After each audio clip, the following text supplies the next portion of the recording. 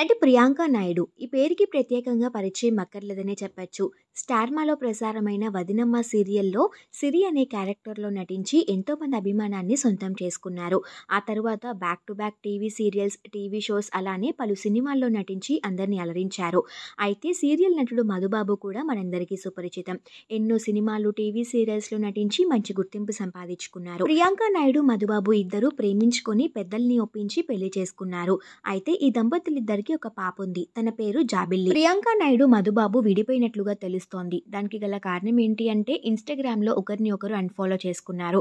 అంతేకాకుండా భర్తతో ఉన్న ఫొటోస్ అన్నిటినీ డిలీట్ చేశారు ప్రియాంక నాయుడు. అలానే రీసెంట్ గానే తమ కూతురు బర్త్డే సెలబ్రేషన్స్ కి సంబంధించిన ఫొటోస్ ని ప్రియాంక షేర్ చేసుకున్నారు. ఆ ఫొటోస్ లో ప్రియాంక మాత్రమే కనిపిస్తున్నారు. ఆ ఫొటోస్ చూసిన చాలా మంది మీ ఇద్దరు కలిసి ఉన్నట్లేదా అంటూ కామెంట్స్ చేస్తున్నారు.